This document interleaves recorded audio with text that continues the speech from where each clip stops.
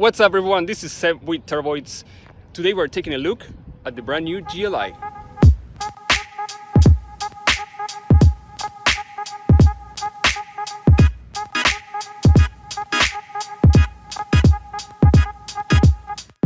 Also, I wanted to say thank you to McKenna Volkswagen in Huntington Beach, California for lending me this car. They have great inventory and very friendly stuff.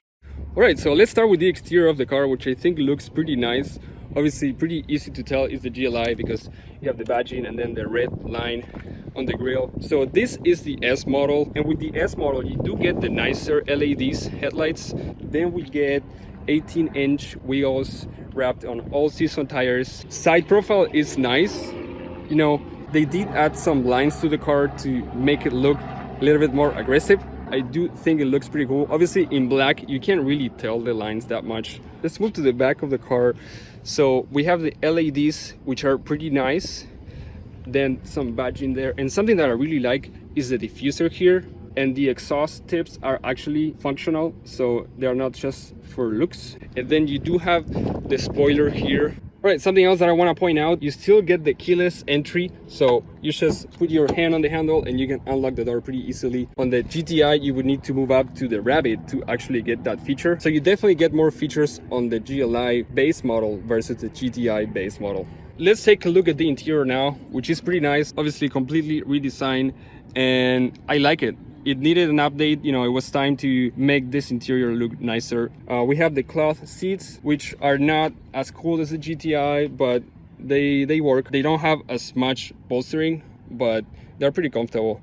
This one in particular has a silver trim, and then we have some piano black trims there, as well as here. So everything seems pretty good quality overall. Then you have some leather here, some storage space as well. On the sides, this is nice leather, of course, or leatherette, I'm not 100% sure. Another thing that I want to point out is you have a little bit of a pattern here, which makes it look a little bit nicer. This being the S trim is just a normal, you know, analog dashboard, so it looks pretty similar to the base GTI. It's not bad. Something that I'm really happy about is the steering wheel, because they finally put the same steering wheel as the GTI with the flat bottom, so that's awesome. I love the steering wheel, it feels great on the hands, and it's just overall a great wheel. You do get a fair amount of options here, but it's not too overclouded, and I think it looks pretty good with this chrome trim. All right, so let's start up the car. Actually, this is a push button start. So the parking brake is electronic. Then we have the modes here and traction control if you want to turn it off, have some fun. Now let's take a look at the screen, which is pretty nice. It works very well, very intuitive.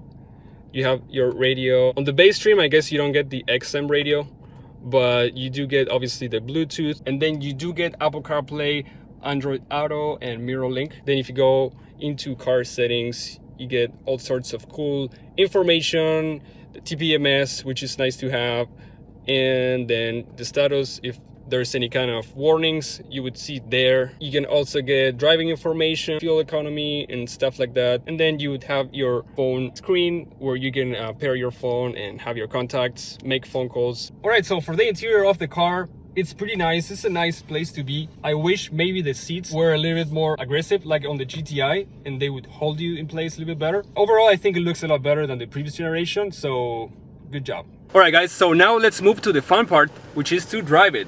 So one thing I'm really excited about is that finally they actually put the same engine as the GTI. Yes, previously it was the same engine as well, but now it's tuned the exact same way, same amount of torque, which is 258 pound-feet of torque. So now we have the same torque, same horsepower. Let's see how it drives. All right, so let's go ahead and set it to sport mode. So when you get into sport mode, basically you get more of the rumble of the engine. Yes, it's fake, but I like it. It sounds good.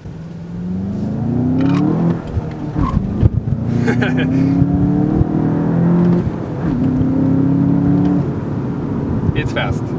Let's start with that. It's fast. Before you know it, you're over the speed limit, which is good and bad. Wow. What?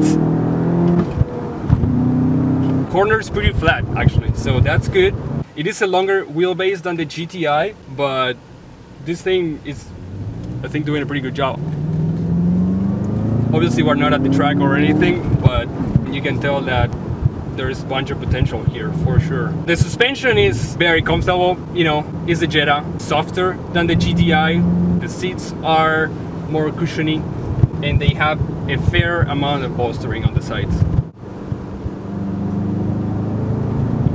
Yeah, honestly, it feels pretty tossable, like moving the car around. Like we have a corner right here. Very little body roll, like it's very good. Transmission is very easy, clutch is good. It's a little bit rubbery, but it's not too bad. There is some feel there. Absorbs bumps really well. It's very comfortable. Punch it. Alright, so wheel spin on second gear. That's kind of fun. I wouldn't mind the exhaust being a little bit louder. On the GTI, you can hear the actual note a lot better. You don't really hear as much on the GLI.